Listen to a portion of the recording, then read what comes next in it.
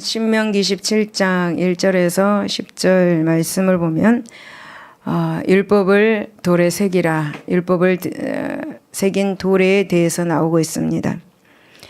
마음에 새겨야 할 하나님의 말씀들을 우리가 또 영적으로 적용할 수가 있습니다. 지금까지 이스라엘 백성들은 이제 시내산에서 받은 이 율법을 모세의 입을 통해서 전승으로만 듣고 있었습니다. 그러기에 이스라엘 백성들은 십계명 두 돌판 위에는 문서로 기록된 이 하나님의 말씀을 가지고 있지 않았습니다. 더욱이 모세는 이스라엘 백성들과 함께 가나안에 들어가지 못할 운명에 처해 있었습니다. 따라서 율법의 전수자 모세가 없더라도 이스라엘 백성들은 계속해서 이제 하나님의 말씀을 기억하고 그 말씀대로 살아가야만 했습니다. 그러나 현실은 그렇지 않았습니다. 왜냐하면 가나안 땅은 온갖 이방 우상으로만 변해 있었기 때문입니다. 바로 이러한 심각한 이 상황에서 하나님은 모세를 시켜서 당신의 말씀 곧 율법을 돌에 새기도록 명령을 하셨던 것이죠. 여러분, 이때에는 큰 돌에 석회를 바른 뒤에 날카로운 그런 금속으로 글을 새기는 방식이 사용되었습니다. 사실 당시 근동인들은 대개 양각의 형태로 글자를 새기는 그런 방식을 사용하였습니다. 그러나 예굽인들은 벽이나 기둥에 석회를 바른 뒤에 이렇게 음각 형태로 글자를 새겼습니다. 그래서 왕의 업적이나 치적을 그렇게 후대에 남기는 방법을 사용하였습니다. 돌에 새기는 이 정교함 그리고 세밀함이 어떠했는지는 고고학자들은 지금도 2000년 전의 이것으로 추정되는 이 애굽의 음각 형태 그런 비문들을 독해할 수 있을 정도라고 그렇게 말을 합니다. 여러분, 이스라엘 백성들은 바로 이런 예굽의 문자 기록 방법을 사용하여서 할 수 있는 한 하나님의 율법을 오랫도록 보존하려 했었던 것입니다. 여러분, 이스라엘 백성들은 가나안 입성 직전에 돌에 율법을 새겨서 이제 하나님의 말씀을 항상 기억하고 또 그 말씀대로 살려고 노력을 하였습니다. 여러분, 이스라엘 백성들의 이러한 열심의 모습은 바로 오늘날 우리들이 이렇게 열심을 내야 되지 않을까 싶습니다. 하나님의 말씀을 기억하고 또 하나님의 말씀을 실천하는 그러한 우리가 돼야 되지 않을까요? 여러분, 그렇다면 우리 성도들은 하나님의 말씀을 어떤 자세로 받아들이고 있는가에 대해서 본문을 통해서 한번 알아보도록 하겠습니다. 여러분, 2절 3절을 보면 하나님의 말씀을 가슴 깊이 새겨야 합니다. 너희가 요단을 건너 내 하나님 여호와께서 내게 주시는 땅에 들어가는 날에 큰 돌들을 세우고 석회를 바르라. 요단을 건넌 후에 이 율법의 모든 말씀을 그 위에 기록하라. 그리하면 내 하나님 여호와께서 내게 주시는 땅 곧 젖과 꿀이 흐르는 땅에 네가 들어가기를 내 조상들의 하나님 여호와께서 내게 말씀하신 대로 하리라 라고 그렇게 말씀합니다. 여러분, 본문에서 하나님은 이스라엘 백성들을 향해서 율법을 돌 위에 명백히 기록하라고 반복해서 명령하고 있는 것을 볼 수가 있습니다. 여러분, 반복한다라는 것은 무슨 말씀입니까? 어떤 것을 강조하기 위해서입니다. 그것은 모든 사람이 분명하게 알아볼 수 있도록 상세하게 그리고 뚜렷하게 율법을 기록하고 그 돌 비석을 세우라라는 것을 강조하기 위해서 하나님은 반복해서 그렇게 말씀을 하고 있습니다. 여러분, 이처럼 하나님께서는 모든 이스라엘 백성들이 한눈에 당신의 말씀을 알 수 있도록 그렇게 모든 사람의 눈에 띄는 큰 돌에 율법을 새기게 하셨습니다. 그렇다면 여러분, 돌의 율법을 기록하게 하는 목적이 무엇일까요? 여러분, 하나님께서 율법이 기록된 이 돌을 세우는 그 자체에 목적이 있었을까요? 그렇지 않습니다. 돌의 율법을 기록하게 하는 그 진정한 목적은 바로 이스라엘 백성들이 적과 꿀이 흐르는 가나안 땅에 들어가서 이 율법을 어디서나 쉽게 보고 어디서나 가슴판에 새기고 또 어디서나 그 말씀대로 그렇게 살아가게 하는데 목적이 있었던 것입니다. 여러분, 하나님께서 오늘날 우리 성도들에게 성경을 주신 목적 바로 이것입니다. 말씀대로 삶을 살아라. 하나님의 말씀을 새겨라 마음판에. 하나님의 말씀을 세상에 나가서 그 말씀대로 실천해라. 여러분, 그것이 바로 하나님께서 우리에게 주신 말씀, 그 목적입니다. 다시 말씀드리면 하나님 말씀을 보고 마음에 새겨서 말씀대로 살아가게 하는데 하나님께서는 목적을 두고 있는 것입니다. 이 하나님의 말씀은 바로 하나님의 자녀들에게 주시는 말씀입니다. 여러분, 참으로 신약시대에 와서 하나님의 말씀은 세상 모든 만민이 분명하게 그리고 상세하게 알 수 있도록 온 천하에 전파가 되었습니다. 이제 누구든 원하는 사람은 이 말씀을 읽고 묵상하면서 하나님으로부터 큰 은혜를 체험하게 되었습니다. 예수 믿고 구원받는 하나님의 자녀들. 여러분, 문제는 우리가 과연 이 성경의 이 말씀을 우리 자신의 가슴 반에 새기고 있는가? 그 말씀, 하나님의 말씀대로 살아가고 있는가? 아니면 그저 세상에 많고 많은 지식, 책 가운데 하나로 치부하고 있는가? 라는 것입니다. 사랑하는 여러분, 참으로 하나님의 말씀을 귀하게 여기시는 저와 여러분이 되시기를 바랍니다. 소중하게 여기시기를 바랍니다. 여러분, 이 하나님의 말씀이 우리의 길을 인도하는 것입니다. 여러분, 이 하나님의 말씀이 우리에게 복을 주는 것입니다. 할렐루야. 여러분, 하나님의 말씀이 곧 영적인 칼인 것을 믿으시기를 바랍니다. 이 영적인 칼이 우리에게 있어야 합니다. 그래야지 원수 마귀를 대적할 수가 있습니다. 그래서 하나님은 우리에게 마귀의 관계를 능히 대적하기 위해서 하나님의 전신갑주를 입으라라고 그렇게 말씀하셨습니다. 여러분, 왜 하나님의 전신갑주를 입으라고 그렇게 말씀하실까요? 그것은 바로 우리의 씨름은 혈과 육에 상대하는 것이 아니고 통치자들과 권세들과 이 어둠의 세상 주관자들과 그리고 하늘에 있는 악의 영들을 상대하기 위해서 너희들이 나의 전신갑주를 입으라 라고 그렇게 말씀합니다.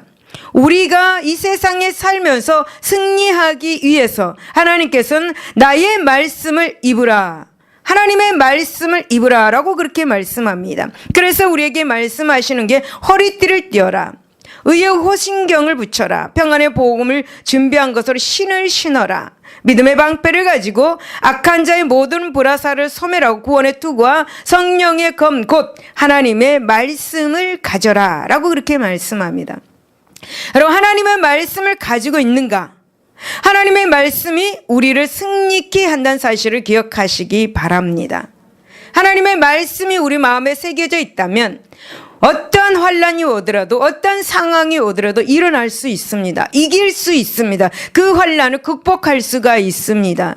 여러분, 우리는 과연 구원의 말씀, 이 생명의 말씀인 하나님의 말씀을 어떤 자세로 대하고 있는가?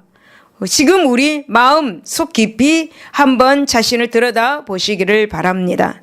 두 번째 7절을 보면은 하나님의 말씀으로 기쁨의 군원을 삼아야 합니다. 또 화목제를 드리고 거기에서 먹으며 내 하나님 여호와 앞에서 즐거워하라 라고 그렇게 말씀합니다. 여러분, 이스라엘 백성들을 율법을 기록한 큰 돌을 예발산 위에 세우고 그리고 제단을 쌓아서 하나님께 번제와 화목제를 드려야 했습니다. 여러분, 여기서 번제는 짐승을 태워서 드리는 제사이죠. 이 번제는 헌신과 충성을 다짐할 때 드리는 제사였습니다. 또 이 화목제는 번제 다음에 드린 축제 형태의 그런 제사입니다. 이것은 뭐냐면 헌신과 충성을 맹세한 뒤에 은혜 베푸신 하나님과 거룩하고 신령한 그런 기쁨의 교제를 나누는 그런 제사였습니다. 그렇다면 여러분, 이스라엘 백성들이 율법을 기록한 이 돌을 세운 뒤에 번제와 화목제를 드려야 했던 이유는 무엇이라고 생각하십니까? 여러분, 그것은 바로 이스라엘 백성들이 하나님의 말씀에 충성과 헌신을 다짐하면서 또 하나님의 말씀으로만 기쁨의 근원을 삼겠다는 그런 다짐 행위였던 것입니다. 그러므로 여러분, 마찬가지로 우리 성도 역시 오직 하나님의 말씀을 통해서만 기쁨을 얻어야 될 줄로 믿습니다. 참으로 여러분, 세상이 주는 기쁨은 일시적이고 영원하지 못합니다. 또한 세상으로부터 오는 기쁨은 매우 이기적인 것을 볼 수가 있습니다. 그러기에 이 기쁨은 정말 불완전한 기쁨입니다. 잠시 왔다 사라지는 그러한 기쁨이 되는 것이죠. 그러나 여러분, 하나님의 말씀을 통해 얻는 기쁨은 무엇입니까? 곧 구원의 확신에서 오는 기쁨입니다. 영원한 생명의 그런 소망에서 오는 기쁨인 것입니다. 여러분, 하나님의 이 말씀을 통해 얻는 기쁨은 세상 고통 속에서도 즐거움을 주는 것이고 또 환난 가운데서도 소망을 주는 것입니다. 이 기쁨이, 여러분, 우리는 하나님께서 기쁨의 근원이 되지 않으신다면 우리는 험난한 그러한 고난 가운데서 죽고 말 것입니다. 하나님께서 기쁨의 근원이시기에 우리는 그 고통의 그 고난의 그 가운데서도 일어날 수가 있습니다. 왜 일어날 수가 있을까요? 여러분, 왜 회복될 수가 있을까요? 그것은 우리 마음속 깊은 곳에 성령께서 계시기 때문입니다. 여러분, 성령께서 기쁨을 가지고 계시기 때문입니다. 그 기쁨이 우리가 고난 가운데 있는 우리에게 회복을 주고 일어날 수 있게 해 주는 것입니다.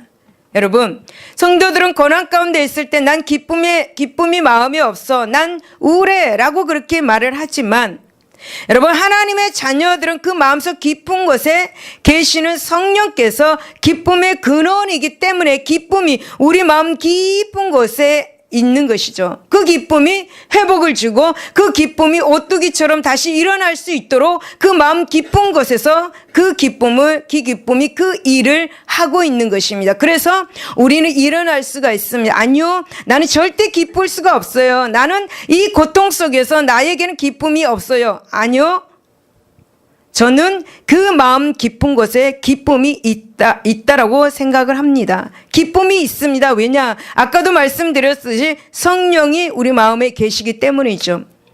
그래서 우리가 여러분, 그 고난 속에서도 일어날 수가 있는 것입니다. 오뚜기처럼 다시 또 일어나서 또 활발하게 또 그 모든 고난을 극복하며 나갈 수가 있는 것입니다. 여러분, 교회에서 종교 음악으로는 하이든의 음악을 많이 사용한다고 합니다. 하이든은 오스트리아 출신의 작곡가입니다. 하지만은 그 자신이 교회에서 성가를 지휘했습니다. 그런데 그가 성가를 지휘할 때마다 성가대 모든 대원들이 즐거워하면서 춤을 추면서 노래를 부르면서 예배드리는 회중들도 즐겁게 찬송을 부른다고 합니다. 그래서 한 번은 이웃 교회에 있는 목사님이 이렇게 하이든을 만나서 물었습니다. 소문은 당신은 성가를 지휘할 때 춤을 춘다는데 사실입니까? 라고 하이든에게 묻습니다. 그래서 하이든은 이렇게 대답합니다. 네, 목사님, 저는 하나님을 생각하면 그저 감사하고 기쁘고 즐거움이 웃음이 저절로 나옵니다. 그리고 제가 작곡할 때에는 연필도 춤을 추고 노트도 춤을 추며 제가 지휘할 때 춤을 추는 것은 당연하지요. 라고 그렇게 대답을 했다고 합니다. 여러분, 하이든의 음악을 보면 즐겁고 경쾌하게 또 감사가 저절로 나오는 그런 음악들인 것을 볼 수가 있죠. 여러분, 보스턴에 가면 캐모어 스퀘어라고 하는 곳이 있습니다. 왜 캐모어 스퀘어라고 했는가 하면은 캐모어라고 하는 것은 재봉틀 공장이 그곳에 있었기 때문에 캐모어라고 이렇게 말했다고 합니다. 이 캐모어 회사에서는 처음에는 재봉틀만 만들었는데 지금은 캐모어 냉장고, 세탁기 그리고 전자제품들을 만드는 유명한 회사가 되었다고 합니다. 이 캐모어 회사에서 재봉틀만 만들어서 이렇게 시판할 때에 있던 일이었습니다. 예판 사원들 가운데 어느 예판 사원은 남들보다도 2배, 3배 정도를 그렇게 이렇게 그 공을 세웠다고 합니다. 매년 한 번씩 예판 성적이 좋은 사원을 불러가지고 그 공로를 치하해주고 그리고 보너스도 주고 그러는데 그 예판 사원은 3년을 1등을 했다고 합니다. 그래서 어떻게 하면 그토록 성적을 많이 올렸나 하고 알아보고 싶어서 그 회사 사장님이 그를 불렀다고 합니다. 그래서 좋은 성적을 올리는 그런 비결이라도 있느냐라고 그렇게 물었다고 합니다. 그 예판사원은 빙그레 웃으면서 사장에게 이렇게 했다고 합니다. 사장님, 별다른 비결이 있는 것은 아니고요. 저는 상품을 팔기 위해서 남의 집에 이렇게 갈 때는 그 집 문 앞에 서서 제가 결혼했을 때 그 행복했던 순간을 다시 생각해 보며 기쁜 얼굴로 그 집 초인종을 누릅니다. 라고 그렇게 말하는 것입니다. 기쁨이 넘쳐흐르는 사람의 상품을 사게 마련이겠죠. 근데 여러분, 혹시 이렇게 이제 뭐 사업을 하시는 분들이 예판을 할 때 나가서 그것을 팔려고 할 때 얼굴을 찌푸는 얼굴로 이거 사세요 저거 사세요 한다면 사겠어요? 기본으로 상식이잖아요. 네, 상식이에요. 그런데 웃음꽃이 피는 얼굴로 그렇게 할 때 사람들이 따라온다는 거예요. 할렐루야, 할렐루야. 일이 잘 안 됩니까? 기쁜 얼굴로 다니시기 바랍니다. 여러분, 기쁜 얼굴을 하면 보는 사람도 즐겁습니다. 그리고 찌푸른 얼굴은 상대를 기분 나쁘게 하지요. 여러분, 전도할 때도 마찬가지입니다. 전도하는 사람의 얼굴이 수심과 슬픔으로 꽉 차 있으면 어떻게 되겠습니까? 너나 다녀라고 그렇게 말하겠죠. 여러분, 우리는 하나님의 자녀로서 기쁨으로 흘러 넘쳐야 될 줄로 믿습니다. 조급하게 행동해서도 안 되고 기쁨과 즐거움으로 여유 있게 행동해야 사업도 잘 되고 하는 일도 잘 될 줄로 믿습니다. 그래서 여러분, 사도 바울은 이렇게 데살로니가서 5장 16절에 보면 항상 기뻐하라 라고 그렇게 말씀을 하셨습니다. 여러분, 초대교회의 모든 그 위대한 신앙인들은 이렇게 하나님의 말씀 가운데 기쁨과 소망을 그렇게 두었기에 혹독한 그런 고난 속에서도 신앙의 승리를 얻을 수가 있었습니다. 그리고 영원한 생명의 약속을 받았던 것이죠. 그러므로 사랑하는 여러분, 세상 근심, 걱정, 고통과 괴로움 속에서도 위로와 소망, 그리고 기쁨과 즐거움을 얻는 비결은 바로 하나님의 말씀인 것을 믿으시기를 바랍니다. 오늘도 하나님의 말씀을 귀하게 여기고 하나님의 말씀을 등한히 여기고 예면하지 않기를 예수 이름으로 축복을 드립니다. 세 번째 9절에서 10절입니다. 하나님 말씀을 대대로 가르치고 전해야 합니다.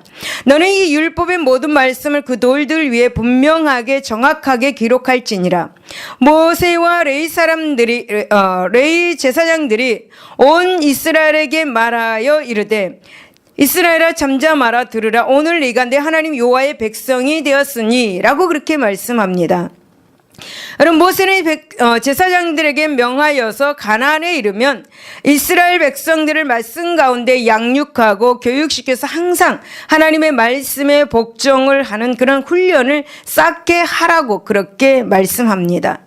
여러분, 이스라엘 백성들은 대대로 율법을 기록한 이 도를 보존하고 그 후손들을 말씀 가운데서 양육하면서 교육시킬 사명을 부여받은 것입니다. 그렇습니다, 여러분.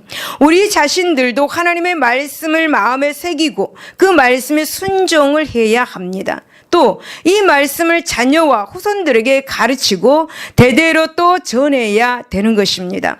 지도자는 그 백성에게 하나님의 말씀을 전하고 또 어른된 자는 그 자녀들에게 하나님의 말씀을 전해야 됨을 알 수가 있습니다. 그래서 여러분, 신명기 6장 4절에서 5절을 보면은 구약의 이스라엘 백성들은 자녀의 교육으로 자녀가 글을 깨우치기 시작하면서부터 쉐마를 적어서 이마나 그리고 손목에 달고 다니면서 묵상하게 하였습니다. 또 신명기 6장 6절에서 9절을 보면은 자녀의 눈높이에 해당하는 이치에 집안에 쉐마를 써붙여서 항상 집을 출입할 때에 이 말씀을 마음에 새기게 하고 예우게 하였습니다. 여러분, 이렇게 이스라엘 백성들은 하나님의 말씀을 정말 소중하게 여겼습니다. 여러분, 사도 바울은 에베소서 6장 4절에서 에베소 교인들을 향해서 아비들아 너희 자녀들을 오직 주의 교양과 훈계로 양육하라 라고 그렇게 말씀을 하셨습니다. 참으로 여러분, 우리는 하나님의 말씀을 전해야 합니다. 할렐루야. 예수님께서 우리들의 구원을 위해서 십자가에서 끔찍이도 무서운 그런 고통을 당하셨습니다. 여러분, 예수님께서 우리에게 지상 명령하셨습니다. 땅끝까지 내 증인이 되라 라고 그렇게 명령하셨습니다. 여러분, 우리는 지금 지구상의 땅끝까지는 가지 못합니다. 그러나 우리는 땅끝까지 갈 수 있습니다. 무엇으로? 기도로, 선교 헌금으로 우리는 땅끝까지 갈 수가 있습니다. 여러분, 바라봄으로 예수 이름으로 구원을 위해서 기도할 때에 한 영혼이 주께로 돌아오는 역사가 일어나게 될 것입니다. 여러분의 가정에 땅끝이 있습니다. 여러분의 가정에 땅끝이 있습니다. 무엇이겠습니까? 땅끝. 여러분의 가정의 땅끝은 아직도 구원을 얻지 못한 가족입니다. 할렐루야. 구원을 얻지 못한 이 땅끝에 있는 가족을 예수님께로 돌아오도록 기도를 하시기를 바랍니다. 계속적으로 예수님의 복음을 그리고 전하시기를 바랍니다. 그럴 때 여러분, 언젠가 하나님의 때에 시간에 구원을 얻을 수가 있게 될 것입니다. 그런데 한마디도 가족에게 이 말씀을 전하지 않는다면 하나님께서는 그에게 가족의 피를 그에게 물을 묻게 된다라고 그렇게 말씀을 하고 있습니다. 여러분, 그러므로 땅끝, 가족의 땅끝, 가정의 땅끝, 친지의 땅끝, 예수를 믿지 않는 그런 땅끝이 있다면 그들에게 예수 믿으라고 말 한마디라도 할 수 있는 여러분이 되시기를 바랍니다. 여러분, 하나님께서는 그것을 원하십니다. 한마디라도 예수 믿고 구원 받으세요. 여러분, 하나님은 이 아들 예수 그리스도를 이 땅에 영혼의 구원을 위해 보내셨습니다. 하나님께서도 아들에 대한 영혼들의 열매를 맺었습니다. 그 열매들이 누구입니까? 바로 우리들입니다. 그러므로 여러분, 우리들은 반드시 하나님의 말씀, 즉 복음을 전해서 열매를 맺어야 하는 것입니다. 여러분, 참으로 태초부터 계시하신 이 하나님의 말씀이 성령의 감동을 받은 이 믿음의 조상들과 선열들을 통해서 우리들에게까지 지속적으로 전해져 왔습니다. 하나님의 말씀이, 복음이. 여러분, 지금까지 전해져 오게 하는 것은 바로 가장 그 큰 힘이 무엇일까요? 가장 큰 힘의 원동력이 바로 올바른 신앙 교육에 있음을 우리는 명심해야 될 줄로 믿습니다. 할렐루야. 결론입니다. 여러분, 히브리서 기자는 히브리서 4장 12절에 성경의 능력에 대해서 이렇게 말합니다. 하나님의 말씀은 살아있고 활력이 있어서 좌우의 날선 어떤 검보다도 예리하여 혼과 영과 및 관절과 골수를 찔러 쪼개기까지 하며 또 마음의 생각과 뜻을 감찰하나니 판단하나니 라고 그렇게 말씀합니다. 사도 바울은 또 디모데후서 3장 16절에 디모데를 향해서 이렇게 말씀했죠. 모든 성경은 하나님의 감동으로 된 것으로 교훈과 책망과 바르게 함과 의로 교육하기에 유익하니 라고 그렇게 가르쳤습니다. 그렇습니다. 여러분, 참으로 하나님의 말씀은 우리 성도들의 발의 등이요 길의 빛이 된다는 사실을 기억하시기를 바랍니다. 할렐루야. 여러분, 시편 기자는 시편 1장 2절에서 세상에서 가장 복 있는 자는 이러한 사람이다 라고 그렇게 말씀하는데요. 여호와의 율법을 즐거워하여 그 율법을 주하로 묵상하는 자가 세상에서 가장 복 있는 자다 라고 그렇게 말씀합니다. 여러분, 이런 놀라운 구원의 능력을 가진 이 생명의 말씀이 바로 내 곁에 있습니다. 내 곁에, 여러분 곁에 있습니다. 이 생명의 말씀이 무엇입니까? 성경이 여러분 곁에 있습니다. 여러분, 그러므로 지금 이 순간 하나님의 말씀 가운데 크고 신령한 은혜를 체험해 보시기를 바랍니다. 사랑하는 여러분, 오늘 우리 하나님께 고백합시다. 시편 119편 14절에서 16절을 우리 모두 다 한번 고백해 보기를 원합니다. 내가 함께 읽겠습니다. 내가 모든 재물을 즐거움 같이 도를 즐거워하나이다.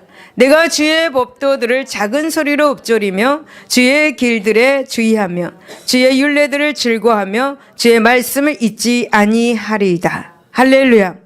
할렐루야. 여러분 우리가 이 시간 고백했습니다. 꼭 하나님의 말씀을 읽고 그 말씀으로 인해서 즐거워하는 그 말씀으로 인해서 기쁨을 나누는 그러한 그리고 이 말씀을 통해서 대대로 이 말씀을 전하는 우리 모두가 되어야 될 줄로 믿습니다. 할렐루야. 기도하겠습니다.